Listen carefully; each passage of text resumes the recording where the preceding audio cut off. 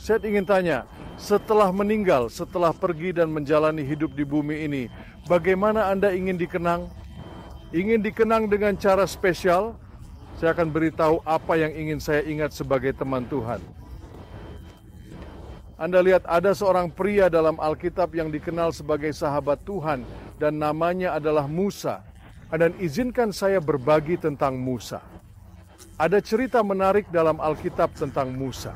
Ketika dia pergi keluar jauh dari perkemahan, dia masuk ke dalam tenda dan bertemu dengan Tuhan. Di dalam Alkitab, dia akan menyembah Tuhan di tenda. Ketika dia menyembah, semua orang di sekitarnya juga mengikutinya.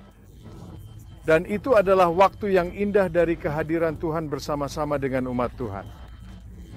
Tetapi selama waktu itu, Alkitab mengatakan bahwa Musa biasa bertemu dengan Tuhan, dan Tuhan akan berbicara kepadanya secara langsung, seperti seorang manusia berbicara kepada temannya. Musa adalah teman Tuhan. Mengapa dia teman Tuhan? Mengapa digambarkan seperti itu?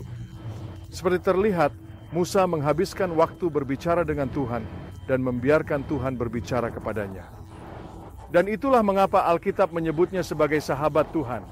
Seseorang yang punya waktu meluangkan setiap hari hanya untuk sendirian dan pergi menjauh dari kerumunan seperti Musa bertemu dengan Tuhan.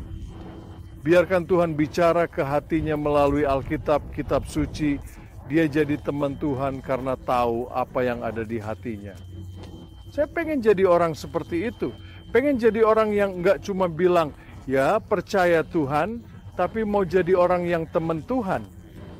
Dan untuk menjadi teman Tuhan, maka Anda harus menyediakan waktu sendirian dengannya. Anda perlu berbagi hati Anda dengan dia, dan biarkan dia berbagi hatinya denganmu. Dan ketika dia berbicara kepada Anda, dia akan berbicara kepada Anda seperti seorang pria berbicara kepada temannya. Jadi mengapa Anda tidak menjadi teman Tuhan?